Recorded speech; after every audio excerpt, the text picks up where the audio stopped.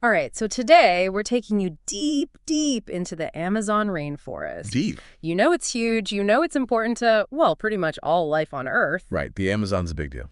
But some new research from Nature Climate Change just dropped, and let's just say it really flips the script on what's actually going on in this incredible ecosystem. It's a game changer for sure. They dove into satellite data, going all the way back to 2010 up through 2019, and what they found, well, you're going to want to hear this. Get ready for some serious aha moments because trust me, by the end of this deep dive, you'll see the Amazon in a whole new light. Definitely a new perspective. So I gotta be honest, going into this, I thought we'd be talking about, the Amazon being this massive carbon sink, sucking up CO2, cleaning our air, fighting the good fight against climate change. Yeah, that's the common understanding. But that's not what this research shows. Not at all. This research, it's paradigm shifting. We've always considered the Amazon this massive carbon sink absorbing CO2, right? Cleaning the air, doing its part against climate change. But this data, it shows a complete reversal. The Amazon, it's now actually releasing more carbon dioxide than it's taking in. Yeah, like, whoa, talk about a plot twist. So how much are we talking here? What do the numbers actually look like? We're talking big numbers. During the 2010s, the Amazon released a massive 16.6 billion tons of CO2. Okay, so that's a lot. It is. But it only absorbed 13.9 billion tons. That's a huge net loss. And it has serious implications for the global climate. So here's the thing, right? I went into this deep dive assuming deforestation was the main villain here. But the study, it points to something totally different. Selective logging. Interesting. So break it down for me. What's the deal with that? You're not the only one who's surprised. We always hear about clearing land for agriculture being the problem. But it turns out selectively cutting down trees, mainly for timber, that has a much bigger impact on the Amazon's ability to, well, balance those carbon levels than we ever thought. So help me wrap my head around this. How can cutting down some trees be worse for the environment than just clearing a whole area? It seems, I don't know, counterintuitive. It's all about how carbon storage actually works, especially in those mature trees. See, those giant trees that are targeted during logging, they've spent decades, sometimes even centuries, absorbing and storing huge amounts of carbon dioxide. They're like carbon vaults. So when you cut them down, take them away, all that stored carbon right back into the atmosphere. Okay, that makes sense, but it still feels weird, Like worse than deforestation. Is it just the age of the trees that makes it that much worse? It's more than just the age. Logging operations, they often create this, ripple effect of damage. The heavy machinery dragging logs around, it disrupts and damages all the vegetation around the trees, too. And that just adds to the carbon release. Oh, wow. So it's like a double whammy. Exactly. And here's the kicker. Logged areas, they're often not replanted. Unlike land cleared for agriculture, which at least might see some new growth, these areas are just stuck. So we're basically preventing the rainforest from healing itself. Exactly. And that impact, it's alarming. The data shows that logging can actually release up to 3 times more CO2 than deforestation.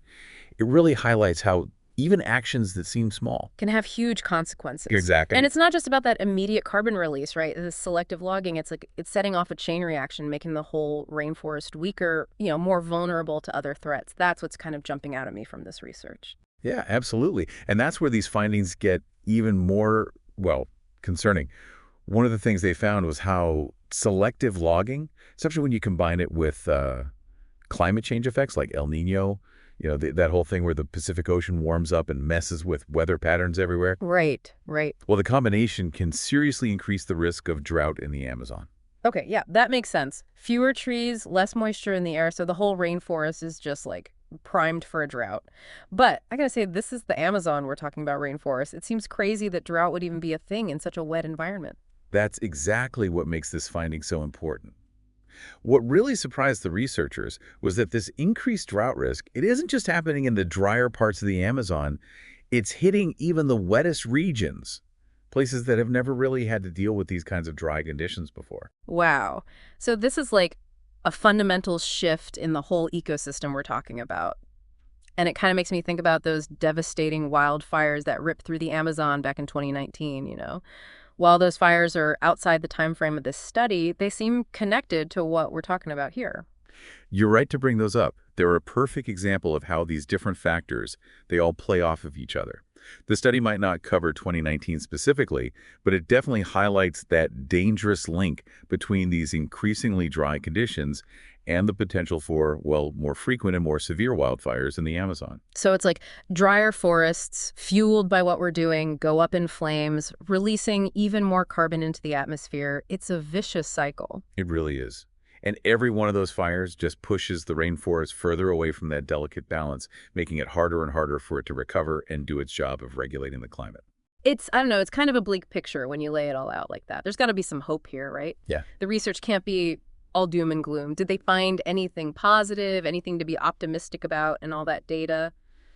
Yeah, it is a lot to process. I mean, the logging, the climate, it all feels very interconnected. It is. It's all connected, and that's what makes this research so valuable.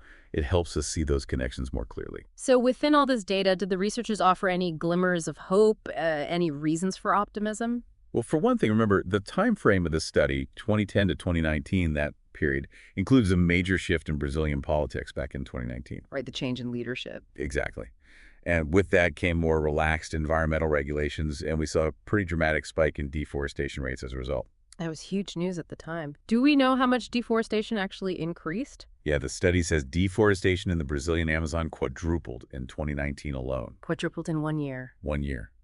To put that in perspective, we're talking about an area the size of the Netherlands cleared in just 12 months. Wow, okay. That's a sobering thought. It really highlights just how much influence political decisions have, on the environment, for better or for worse. So where does that leave us then? What's the takeaway for our listeners who are trying to wrap their heads around all of this? I think there are two key takeaways here. The first is that this research, while it does reveal some harsh realities, it also gives us a much clearer picture of the challenges facing the Amazon. It highlights the impact of selective logging, something that's often overlooked, and it emphasizes the urgent need for sustainable forest management practices. It's not just about preventing deforestation at this point. It's about fundamentally changing how we interact with these incredibly vital ecosystems. It's about seeing the bigger picture, understanding how it's all connected. Exactly. And the second takeaway? Yeah, what's the second? The second is the power of knowledge and action. When we understand the nuances of this research, it empowers us. We can make better choices as consumers advocate for stronger policies and support initiatives that protect the Amazon and other forests around the world. So it's a call to action, basically.